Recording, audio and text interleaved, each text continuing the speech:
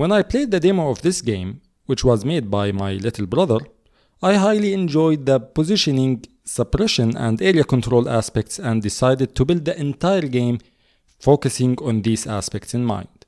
You already know that if you've been following this channel. However, the original game had a serious design problem.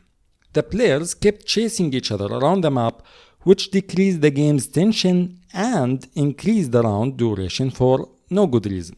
This problem was difficult to spot because it is not a game breaker. The game was super fun anyway, and that's another reason why we should build our games around a distinct core. It helps us analyze the game in a more focused way. For example, if this was a different party game, let's say the famous duck game, the same problem wouldn't apply since chasing other players around the map is a fun and could be the most fun aspect of that game. We first tried to make it a hard rule that the first weapon always spawns in the middle of the map. The weapon spawns randomly around the map in our game, but by changing the first weapon spawn, an entirely new language emerged. You can tell by hearing us screaming at the screen that something has changed.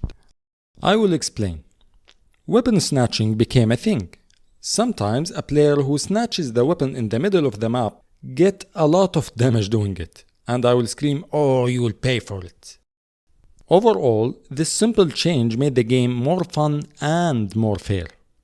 We also have the stun item, a simple rock that you can throw over covers. If it lands on your opponent, it stuns him, allowing you to secure a kill or do a lot of damage.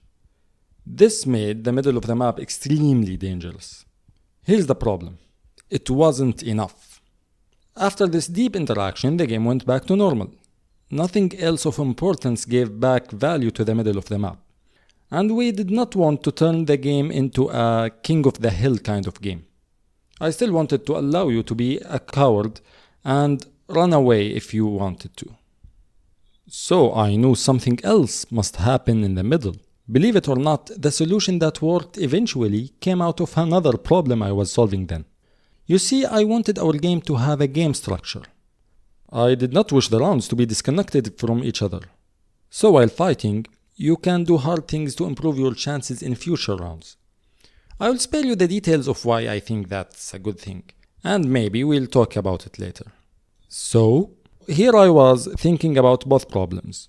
First, creating a reason to attract players to the middle, occasionally, and second, giving the players decisions that involve future rounds. Surprisingly, a solution that satisfied both hits me. The pit, or the sewer system.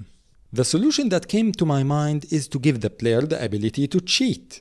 Well, it is not cheating, because it is a game rule now, but it sure feels like it. The way it works is simple. A player can approach the sewer in the middle and hold the interact button for 3 seconds. If you do that, you will drop your weapon into the sewer, and you will be given the pistol back. However, you will be given your gun back in the next round. This will give you a considerable advantage over other players, but you will risk this round. I cannot tell you how many times someone lost the current round to get an advantage in the next one. But on the contrary, I cannot tell you how many times someone won the next round because he started with a weapon. When someone uses the pit, everybody will scream in objection. This is the experience I'm trying to make, at least. Okay, we tested it out. It was incredibly amusing. It added depth and tension to the game. So the job is done, right? Well, no. Whenever I create a new feature for the game, I need to ensure it is appropriately communicated with the players. What's a feature if no one understands it? At first, we thought we would make it a sewer cover and create an animation to open it. An arm will extend from the sewer to grab your weapon, and that's it. However, after testing the feature, I became more sure this is one of the most significant, unique features in the game. So I wanted to do 2 things. First, emphasize it more, and second, explain what it does to new users, without a tutorial. To emphasize it more, the first thing we did was to create a new art for it. This was also good because while the sewer went well inside the town maps, it did not make any sense in the caves or the jungle maps. Second of all, the new look made it much more visible. The pit is not usable at the beginning of the round, so when it is ready, it will turn on, lightening up the eyes and making a noise. Instead of a UI bar that shows to indicate that you are using it, we felt the animation and the sound were more than enough. Finally, I did not want to explain how to use it. I think something that looks like this, in your face turning on every single round, is screaming for you to ask questions, at the very least. Besides, I'm minimizing what I need to teach the players. I want to teach them only 3 things: dash, pick and use, and shoot. But to make sure that players understand what happened in the next round, when I give them the weapon they dropped, I want to show the pit's face over their avatars as they receive the weapon. And I will probably play the same sound cue when you drop the weapon and when you receive it. In the end, I'm so happy with this feature. Not only because it's fun, but the uniqueness of it and how it created a nice meta to our already positional game made it iconic. To the point we decided that this face will make it into the logo. And maybe it will become the game's icon. I really want to hear your opinions and ideas about this feature.